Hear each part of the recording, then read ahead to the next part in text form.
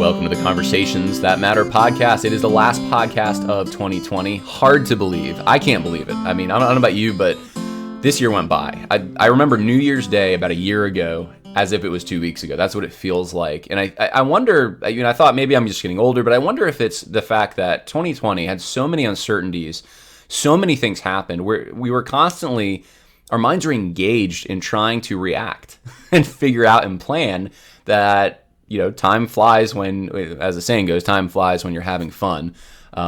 Or as Kermit the Frog said, time's fun when you're having flies. But either way, it's the reason for that is because your mind's occupied. It's not because it's fun necessarily. It's just your mind is constantly doing something.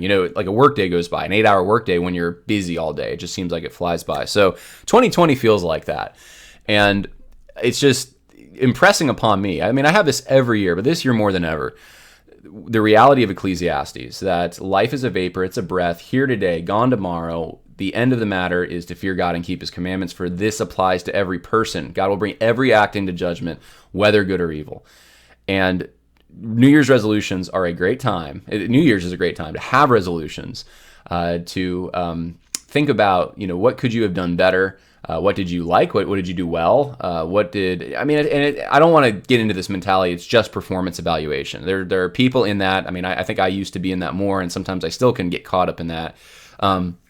It's not just, we want to celebrate today. Today is the passage of time is a year of thankfulness. It's a year to be thankful to God for his grace, his provision, all these kinds of things. To look forward to what he has next. We don't know what that'll be.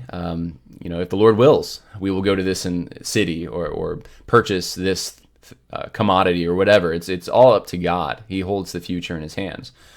And we're thankful to him for his provision. But it's also just a great time, in my opinion, to take some inventory.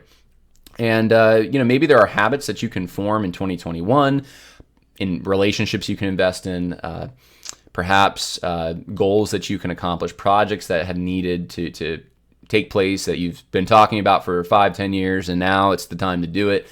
I would encourage you, find a reachable goal, even if it's just one, and go for it. Don't bite off more than you can chew. I did that 2 years ago. I tried to say, what I did was I said, I'm going to read 100 books. So, that little Goodreads. I have a Goodreads account. And so Goodreads, said, what's your goal? And 100. Well, I think I got like 30.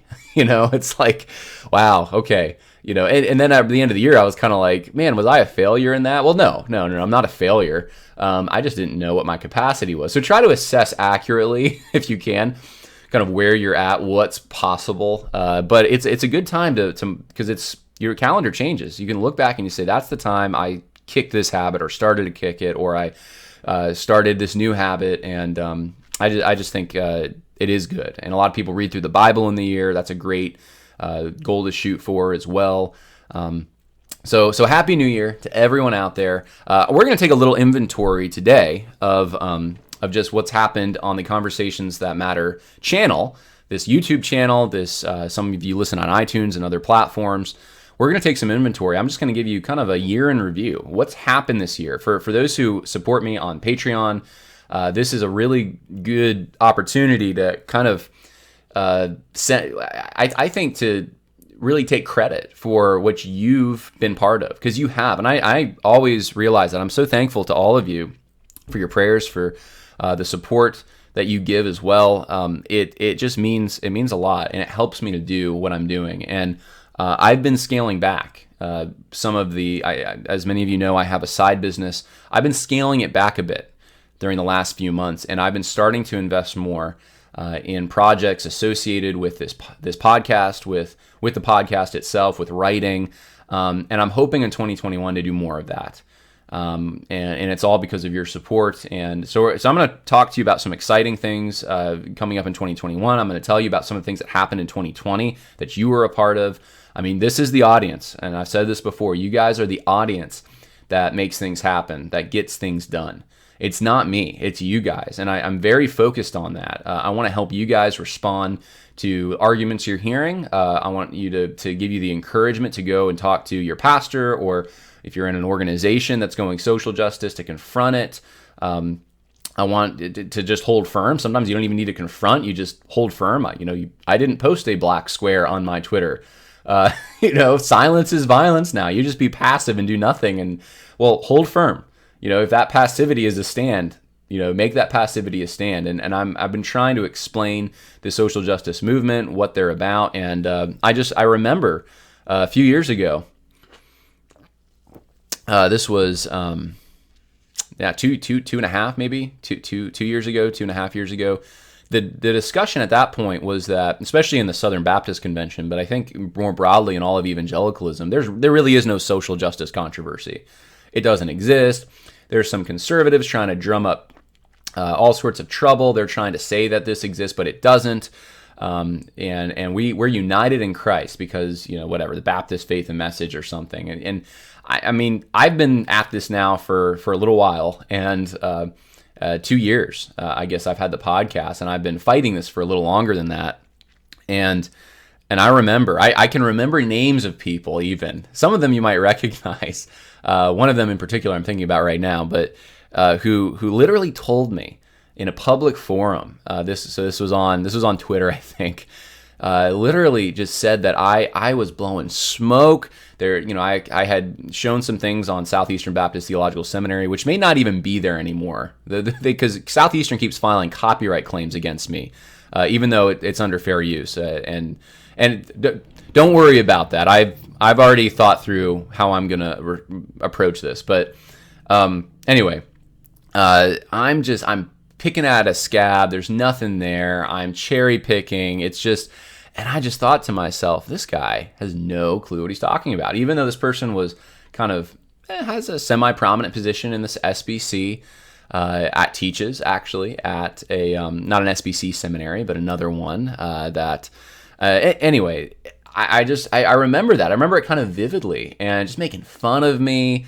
And now to look at where we are, and this isn't a "see, I told you so." This is more, I mean, I was in the classrooms. He wasn't. I was hearing the things just. At that point, I had just left seminary, and I knew what was going on. He didn't, and he didn't maybe realize that, which is fine. I'm not condemning anyone here. I'm just saying it's how obvious is it now that what was being taught at the seminaries just a few years ago has made its way to the pulpits and the pews. And this is, unfortunately, there's a few of us that predicted this because I was sitting in seminary. There were others who knew what was being taught. And they predicted it. They said, this is going to have an effect. And while it was in that ivory tower, people didn't know what was going on. Now they're starting to figure it out. And it's a sad thing. But you know what? God's in control. This is a time, like I said, this is not just a time to do an evaluation of yourself or of whatever organizations you're part of or whatever you care about. This is also a time to be thankful to the Lord. God's in control. He's waking people up to this social justice religion. It's a false religion, and he's used you to do it. He's used this audience to do it. You guys have been the ones on social media pushing it. You have you've gone out. Some of you have searched for examples. You've brought those examples up. You're not just relying on me. That's what I wanted. Don't just rely on me. I'm helping you. I'm putting tools in your hand. I'm showing you where to look. And then you guys went out and you made things happen. And there's a reason that there's some real pushback now against this stuff. It's obvious to anyone that there's a controversy. I mean, that was the hard part just a few years ago, trying to get people to even realize a controversy existed. Now people know, yeah, there's a controversy. I think the election helped show that. The Black Lives Matter movement from earlier this year. I think even the COVID stuff perhaps has, and the overreaction, the government overreach has, I think, exposed some of this. And so I just want to say thank you to all of you before I get started here. You are the audience that gets things done, and I appreciate it so much. And if anyone wants to know what I'm drinking, by the way, it's Dr. Pepper. This is little fun fact about me. This is just about my favorite soda.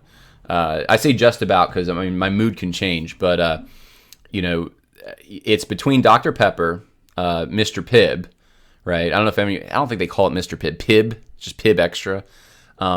I like those two a lot, and then root beer. And the more vanilla in the root beer, the better. So there's a little fun fact that I am giving you for no reason. So hopefully you... Oh, and cheer wine. Sometimes cheer wine is pretty good. That's for those who don't live... Like North Carolina, cheer wine is the drink of choice. And You have to be in the right mood for it. It's kind of like an amped up cherry Dr. Pepper, for lack of a better description. But all right, anyway, getting back to the subject at hand, I'm going to take you through some of the highlights of this year, in my opinion. There's so many things we could talk about, but I just want to give you, here's the highlights. Here's what you helped.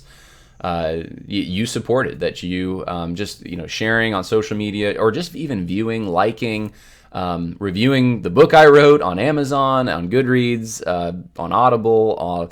For those of you who have given through Patreon, those of you, there's just so many of you have just helped get the message out. And so we're going to go over some of that. And then we're going to close things up with, I'm going to share with you a little bit of a vision for 2021. And then I'm going to read for you an English poem. And I'll explain that. But so here's my little list I want to show you of some of the things that have happened in 2020. Here's 10 things that you all help support. We interviewed Russell Fuller on the Southern Baptist Theological Seminary and Al Mohler. I think that was significant. I think that was the beginning of a turning point in the Southern Baptist Convention. Southern Seminary felt the need to create all these defense videos that did not get nearly as many views and were very confusing and were just poorly executed. Bunch of people talking about things that were not in question or sidestepping the actual issues. Fuller, had a document dump. Most people, I think, still don't realize that. You can go to any of the interviews I did with him and you can find the documents that we dumped, proving exactly what he was talking about. And that, that happened earlier in the year. I want to say that was March maybe when we did that.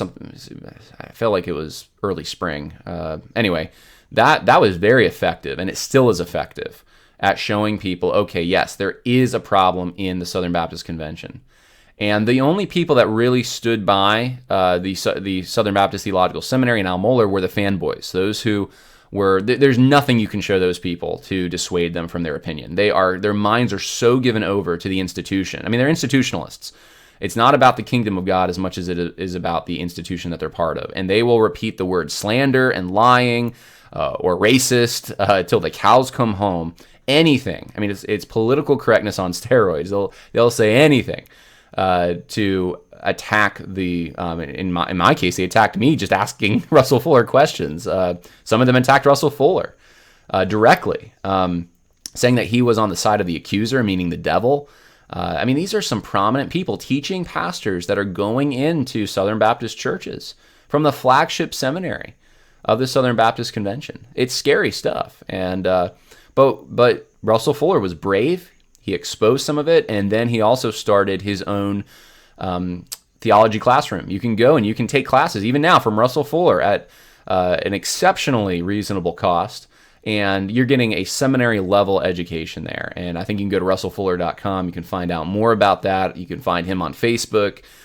We've done some episodes talking about it. But that launched his new career. He's still teaching. And he had almost 200 students, as I understand it, last semester. It's amazing, guys.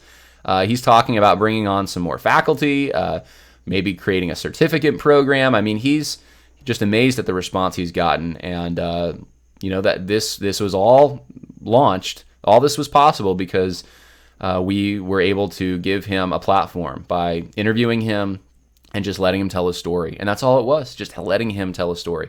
Number two, we helped facilitate the First Baptist Church of Naples documentary. The Enemies Within the Church was the one that financed that, but we helped facilitate it because I was on the phone for weeks before that, many times, organizing. I was there. I was in the same place. I was debriefing people. I was with those, some of them who did not even go on camera from FBC Naples. I was giving advice. I was helping out in any way I could, and this would not have happened if it weren't for your support and what we were able to do. A generous, very generous Patron even paid for my flight to go down there, and I just appreciate it. It would not have been possible without you all. Also, the Tom Rush interview. I wasn't there for that, but I did help a little bit beforehand, give some advice to Dr. Tom Rush, and Enemies Within the Church again was the one who just filmed him telling his story. That's all it was. They're not getting anything for it. I'm not getting anything for it. We weren't doing it. They didn't do it to make any money. They're doing it because they believe in the cause and they think Tom Rush has a story that needs to be told. And it completely corroborated Russell Fuller's story. So, 2 examples there. Number 3, we exposed compromise within the Southern Baptist Convention by platforming whistleblowers, by responding to content from the ERLC and the seminaries and the IMB, etc., different entities. I specifically singled them out because I think I've done more content on the SBC than other denominations because of its size, because I went to an SBC seminary, because my family heritage goes back to the start of the SBC. Actually, I don't know if I've ever shared this before. Fun fact, though, my dad was the one who kind of left the Southern Baptist Convention I think it was right before the first conservative resurgence. It was getting too liberal, specifically on Darwinism. I think that was his main issue.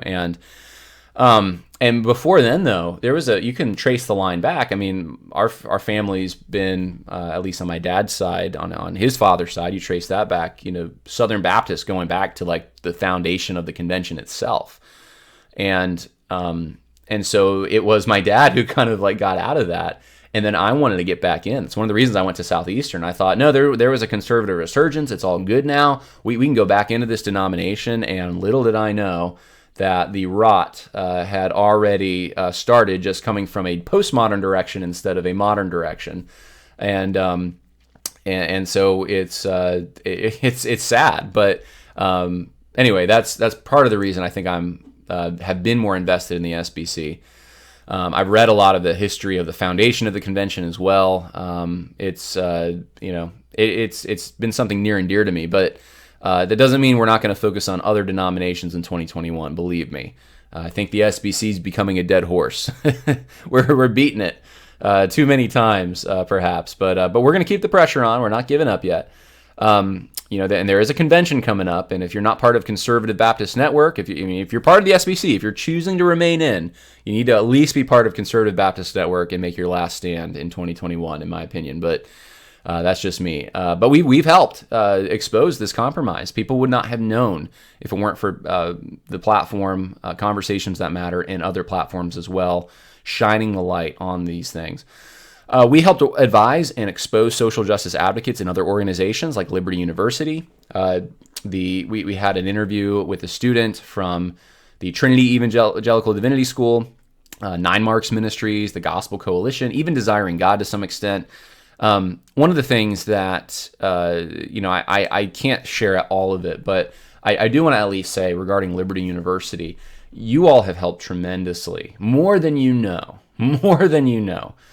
with Liberty University, and keeping it on a better track than it would have been otherwise. And I'll just leave it there. I can't share all the details of that, nor would some people probably want me to. But some of what we've been able to do on this podcast, some of what conversations I have been able to have as well with people at the university, people who are concerned about the university, it has just been powerful. In some ways, I think that's one of actually the biggest things that you guys have helped in this year. But it's not. I can't share all the details of it, unfortunately. But you can certainly take some credit, and I appreciate, and I'm sure many at Liberty appreciate the help that you have been. We've helped interpret evangelical elites such as John Piper, Max Lucado, Tim Keller, and Al Mohler. The interpretation, I wanted to use that word specifically because so much of the language that's being used is so vague. We don't know, what do these people mean? What do you mean when you're talking about this guilt for, I'll use Max Lucado. He had, years ago, said what he would consider to be a racial slur, I guess, and no one knew about it really, but then he exposed it for thousands of people to hear that he had said this and wanted to apologize. And it for a lot of people, you hear a story like that and you wonder, what in the world's going on? What's motivating this? Why bring up something that could cause pain when it didn't? And it was, what's up with that?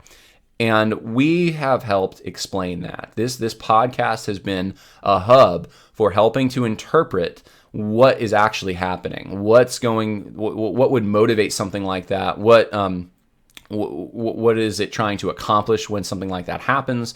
Why are these people who we've trusted in becoming compromised? So it's helped people who have been deer in the headlights, feeling rejected, feeling confused, and we've been able to explain. And explain is a very important part of this. We've responded to content from Phil Vischer, from David Platt, from Eric Mason, Beth Moore, Russell Moore, Paul Tripp, etc. We've taken some of their content and I've gone point by point. Here's where the problems are. Here's why we shouldn't take this seriously. We released a seminar on responding to social justice. And you can find that on the YouTube channel. It's a 3-part seminar. It was a day thing, but it's as close as I've gotten to giving you kind of a point by point. Here's what's happening. Here's how to understand it. Here's how to respond to it as a Christian. You help me write, release, and distribute Social Justice Goes to Church. There's a book out there now. You can pick up Social Justice Goes to Church, The New Left in Modern American Evangelicalism, and you can read the story of how these ideas made their way into mainstream evangelicalism. This hasn't really been done before. It's never been done before. And now there's a history of it. Now you can go and you can trace the lines. You can figure out, okay, why, who influenced the current crop of mainstream evangelicals to go the social justice direction. You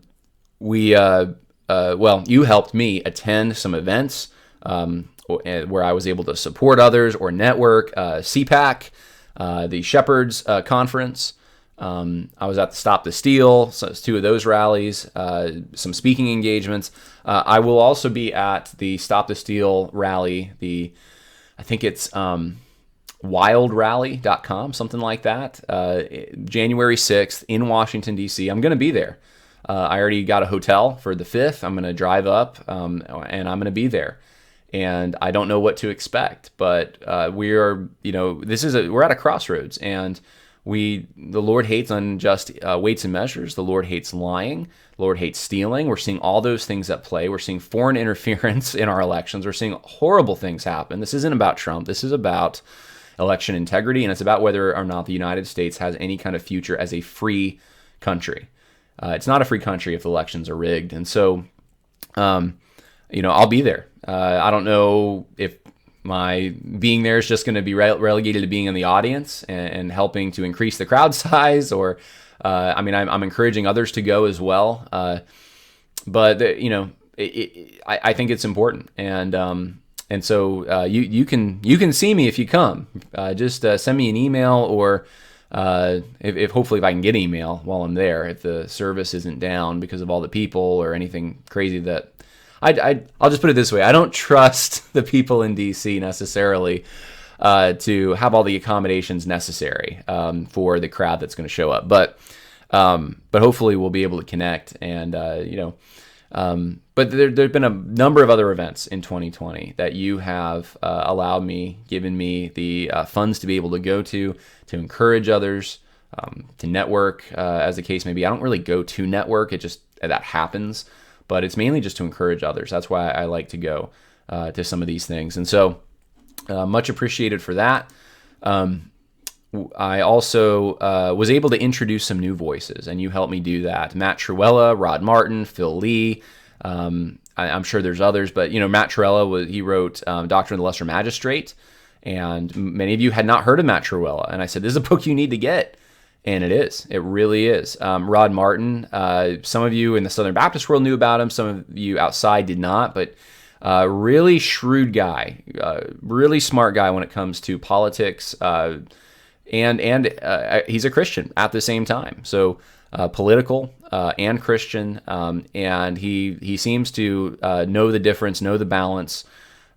Phil Lee, I did an episode with him on the controversy over, I was going to say Confederate monuments, but now it's like every monument in American history. And Phil Lee, I think, just does a great job writing about this issue. He has a podcast as well. And, these are some names you may not have heard of. And so that's one of the things that I focus on. I could, some conservative podcasts try to a more political conservative, but maybe even religious. Yeah, I guess it's religious as well. Some Christian conservative podcasts will just kind of platform everyone you've already heard of and get their, and that's not, there's nothing wrong with that. I do that sometimes, but I really like to find that person, that diamond in the rough, that you may have not heard of, and then show you, hey, this guy's been thinking about a topic that you really haven't thought about much. And he's sometimes, like Zach Garris, for instance, one of my last interviews. Hey, this guy's willing to talk about things you've probably always had questions about, but no one wants to talk about it because they're afraid. And the bigger the voice, I'm just telling you, the bigger the voice in the conservative world, the less likely they are to speak on controversial subjects you've had questions about. They're going to stick to more of the mainstream stuff. They're going to run towards the middle a little bit. They're going to step out, see if the coast is clear. I'm trying to bring you some voices that aren't like that care about truth, that are willing to say what needs to be said. They might have smaller platforms, but you need to know the truth. And so that's one of the things that we've been able to do this year. Now, moving forward to 2021, before we get there, I forgot I put this slide in. Here's some of the top videos, just so you guys know. And these are all specifically from this year. So year 2020, here's the top videos, top 9. First is 9 Marks Reacts to John MacArthur's, and I guess it cut off. I don't know what the rest of that title is. I think it's the unwillingness to close his church, and I analyzed it. I showed you. By the way, Jonathan Lehman blocked me on Twitter, and there were no interactions with him. Like, I'm not sure. It was just kind of out of the blue. I'm not sure if it was because of this video, but we analyzed what Jonathan Lehman specifically was saying. He's saying, basically, hey, before you follow John MacArthur and open your church, just wait. But then, people didn't seem to know that Jonathan Lehman was out marching with a pseudo-Christian Black Lives Matter march. And I pointed it out, that he had said in 2015 that Black Lives Matter, I think he said it was a gospel issue or was related to the gospel. So we went through that, and that garnered a lot of views. A lament how the Gospel Coalition is destroying justice in the gospel, 76,000 views. And that was just me taking some clips from their lament video and commenting on them. What happened to John Piper, 71,000 views, trying to explain why John Piper kind of went social justice-y. Why are all my friends Marxists? 50,000 views. And this was a wake-up for a lot of people. A lot of people really like this one, because it explained kind of what was behind the Black Lives Matter movement, why it was Marxist, why all your friends overnight seemed to go for it. And then Phil Vischer's Dishonest Race in America, 36,000 views. Phil Vischer made this video, and I will say this about Phil Vischer. Phil Vischer is very good at propaganda in the kind of culture in which we live. If we lived 100 years ago, Phil Vischer would probably not be that good. Well, maybe he'd be decent. I don't know. 200 years ago, he would not be that good, because the people were educated differently in general. There's always those who are going to be persuaded by the kind of argument that Vischer brings, but more than likely, those who had any influence at all would not have taken Phil Vischer seriously one bit, because they were more rational, less emotional. Well, Phil Vischer, he's a master at propaganda in our day and age, because he is a cartoon guy, and he's also he's kind of humorous. You combine those two things. I mean, where have we been going for politics for a while now? People my age, the Comedy Central, that's where they were going like 10 years ago, 15 years ago. They're used to it, SNL. And Phil Vischer is able to kind of have that quirky, cheesy, but funny kind of demeanor, and then give you a cartoon of what happened. And the cartoon embedded in that is an oversimplification of so many things. And then he's able to weave a narrative by stringing these things together that if you don't know history, that you'll swallow, and you'll say, oh, well, that makes sense. And because there's visuals, because it's funny, a lot of the barrier that you normally have intellectually kind of circumvents that. And look, I'm no problem with Phil Vischer wanting to do things that way. It's not necessarily a wrong thing for him to use that kind of method, use his skills as an animator to weave a narrative, make it simplistic, etc., so a kid can understand it. But it's just dishonest so much of the time. That's the problem. It's a dishonest narrative, and he's able to do it because he's using that kind of a format. And so I went through, it was almost a 2-hour video, and I took apart, I think his video was 20 minutes, so I put like 10 minutes to every 1 minute of his, and I provided commentary on it, and just, and I've done that with, I think there was another Phil Vischer video, I went over some of it as well, and many of you found that helpful, so that was another one. The Russell Fuller videos, Downgrade at Southern Seminary, the first one had 34,000 views, you can see 2 of them in this, and then What Happened to Paul David Tripp, 31,000 views, and the Social Justice Gospel, 24,000, which is also, I think, why are all my friends Marxist? And then the Social Justice Gospel, I think, are the 2 major videos. If you want to send someone, hey, I want you to see these 2 videos. And by the way, they're not as long as, for whatever reason, it says an hour and 23 minutes. I don't know why it says that. It's not that long. Neither is the Social Justice Gospel. They're much shorter than that. But yeah, those are the 2 videos I'd send to people and say, okay, you want an intro to this? You want to understand what's happening in the church? Here's 2 videos. Now, someone who's a patron asked me to share this. This is Discord. And now, I'm not familiar with Discord. Full disclosure, I don't know anything about Discord. I guess he explained to me it's like a gamer platform or something. But there is a Discord channel, I guess, for those who care about social justice in the church. And so I'm going to put the link in the info section for this video. And apparently those links, they expire after 24 hours. I don't get it. I don't understand how it works. But for those who understand how this works, this individual would like to connect with you. And he hasn't given me permission to use his name, but I guess once you go there, you'll find all that out. And so if you care about social justice in the church and you use Discord, there's a place for you to go and connect with others. So I wanted to put that there lest I forget. Moving forward, 2021, here's a few things that I want to share with you about 2021. And there's so much more. But like I said at the beginning of this video, I know better than to do the New Year's resolution thing and bite off more than you can chew. There's going to be more stuff than just what I'm putting here. But I want to at least give you an idea of kind of where I'm headed. The Discerning Christians website was supposed to launch before Christmas. I know I've mentioned before, we're very close to launching it, but a number of us we're working basically part-time on this. For people that are working full-time jobs, trying to take time after work to work on this. And right now, I'm actually waiting to hear back from a lawyer. We're getting the terms of service together. We're very close.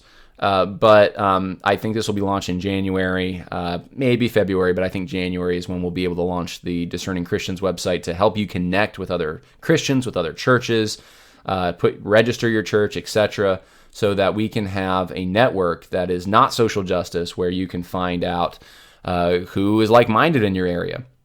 The Nene's Deli documentary, we're doing that in January. We'll hopefully be able to launch it in February or March.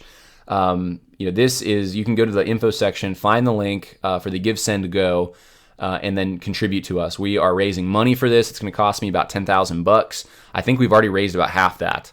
And whatever differences is, I'll make it up. Many of you patrons have been so generous that, some of that's going to it. But I mean, we're just putting resources into this.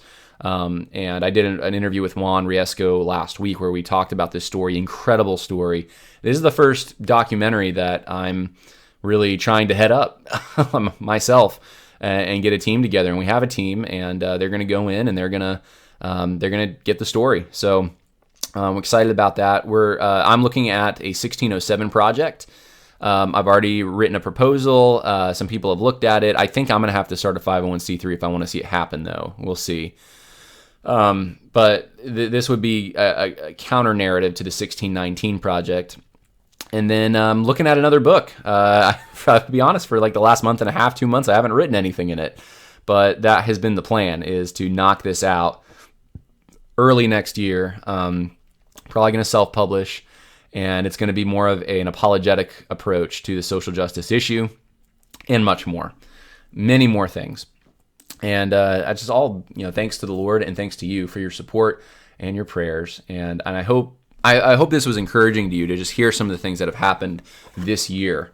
Now, to close, I'd like to read for you a poem. This is in a book, Standard English Poems, and it's actually 1909, I believe, 1902 was when this was first published. It was given to me by a good friend who's a literature major. I was in community college. I was liberal arts humanities. That was my first step into the collegiate world, was liberal arts humanities, and I had to take a few English courses, and they were terrible. I had 18th and 19th century British literature, and I had American literature, and both professors were deconstructionists. Everything paralleled something else that was either perverted, or they just took down the authors, they took down the stories, nothing of value, just criticize it. And I just, I didn't like reading that stuff out. I didn't have any interest in why would I read literature from that time period, especially? And now I've realized the last few years, no, there's a richness there. And I just had some knucklehead professors. But one of the things that I growing up, I almost thought it was kind of, okay, don't criticize me for this, people, but I did think growing up that poetry was feminine. If you were a girl, you liked poetry. If you were a boy, I don't know, you liked racing cars, football, guns, other things. And there's some truth to the boys like those things. But actually, poetry, it's not in the same category. I'm gonna get in trouble if I say what's in my head right now. It's not in a feminine category. I'll leave it there. It's not something that's feminine actually at all. In fact, women can be great poets, but men can be excellent poets, and many of the great poets of history were men. And of course, most of you know this, but I don't know, for whatever reason, that's the idea I had. And even though I liked the limerick kind of poetry, I just didn't have a rich. I didn't know a lot of poetry, and the last few years, I've enjoyed it more, and I've realized how rich it is, how encouraging it can be, how actually infused Christianity is into English poetry specifically from the past. Let me read to you just a parting poem here, a short poem on. Well, it's not technically on New Year's, but it's a petition to time. And it's a poem that I think is appropriate to ring the new year in with. By Brian Waller Proctor, who lived 1787 to 1874. And he wrote this. It was included in an anthology called Poems 1850. A petition to time. Touch us gently, time.